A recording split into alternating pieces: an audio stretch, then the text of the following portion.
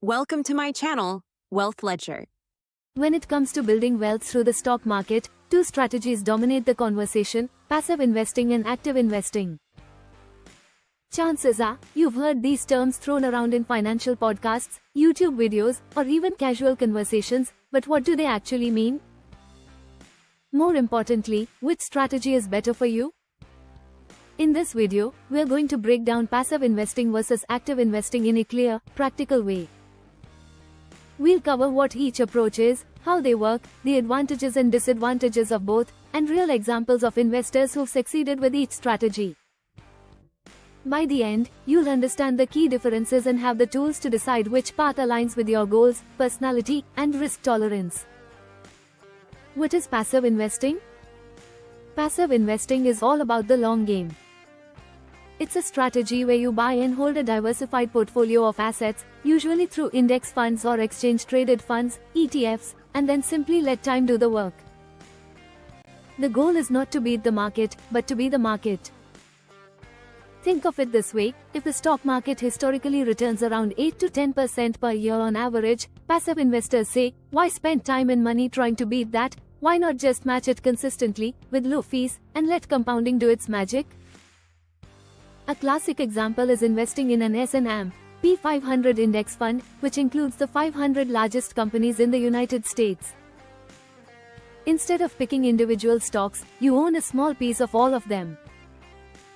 Over time, this diversification reduces risk and provides steady growth.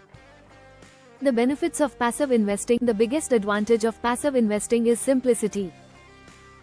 You don't need to constantly research stocks, watch the market every day, or try to time your trades. You set up automatic contributions, hold your investments, and trust in long-term growth. Another benefit is low cost.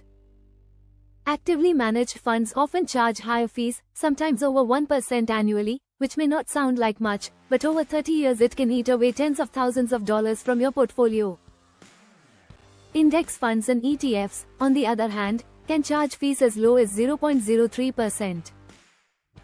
That means more of your money stays invested and working for you.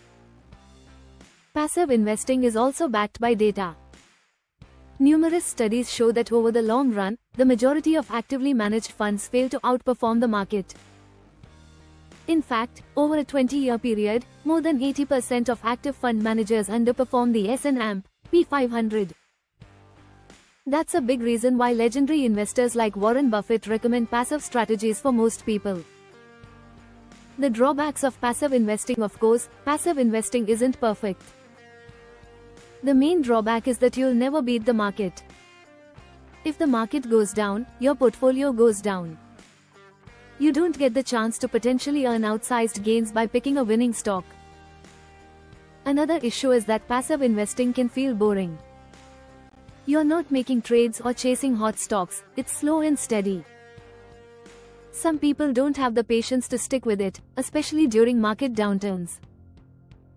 Watching your index fund drop 20% in a bad year can tempt you to panic sell, which is the exact opposite of what you should do. So while passive investing is simple and effective, it requires discipline. You have to trust the process and resist the urge to constantly tinker with your portfolio.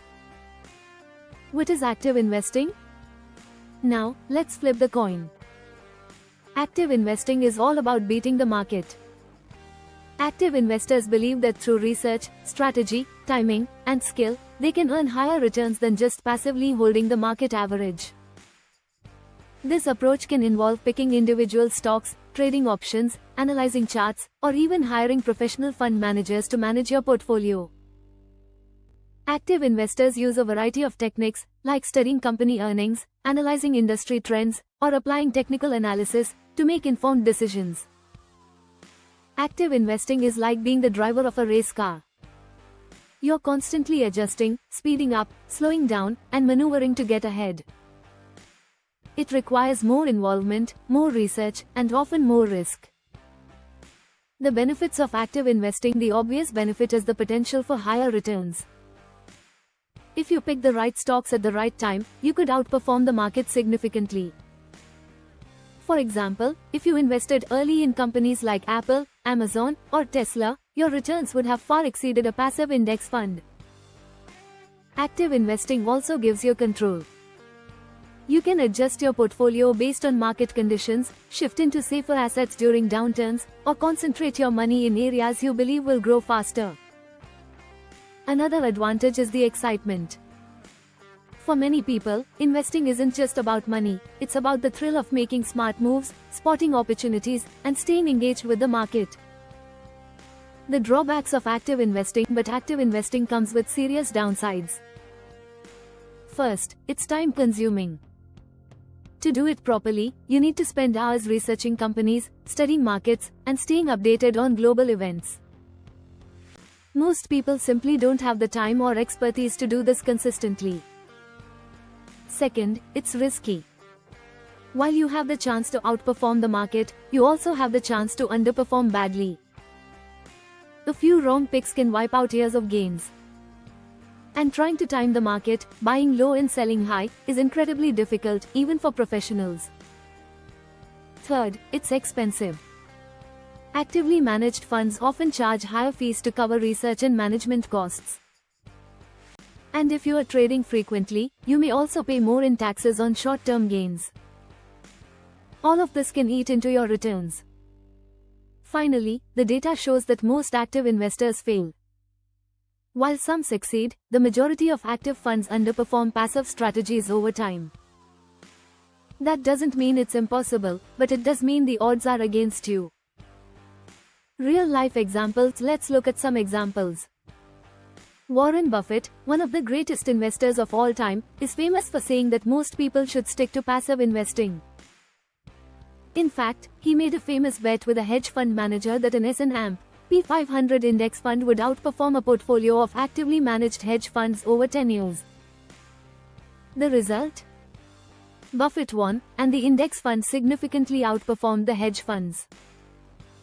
On the other hand, there are active investors who've succeeded spectacularly.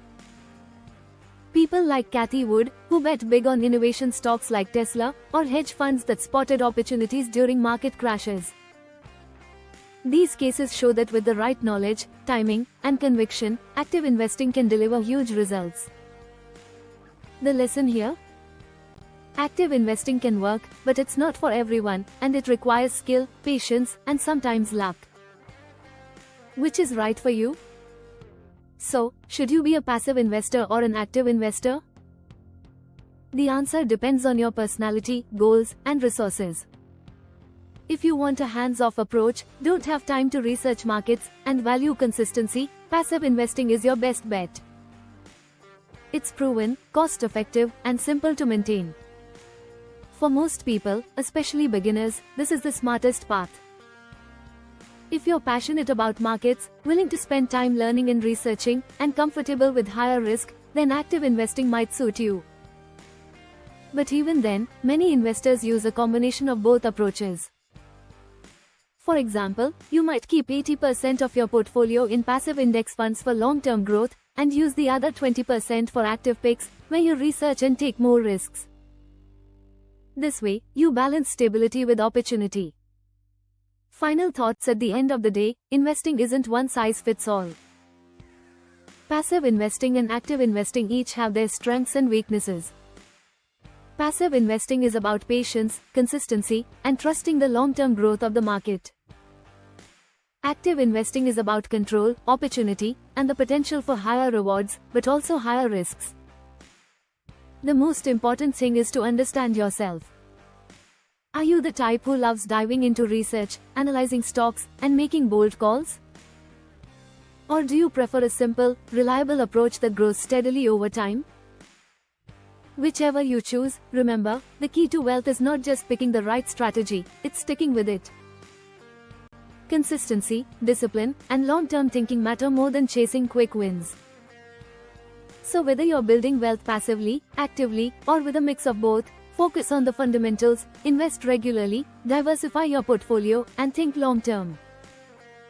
That's how you win in the investing game. Thanks for watching video. Please share with friends. Subscribe, bell icon, and share.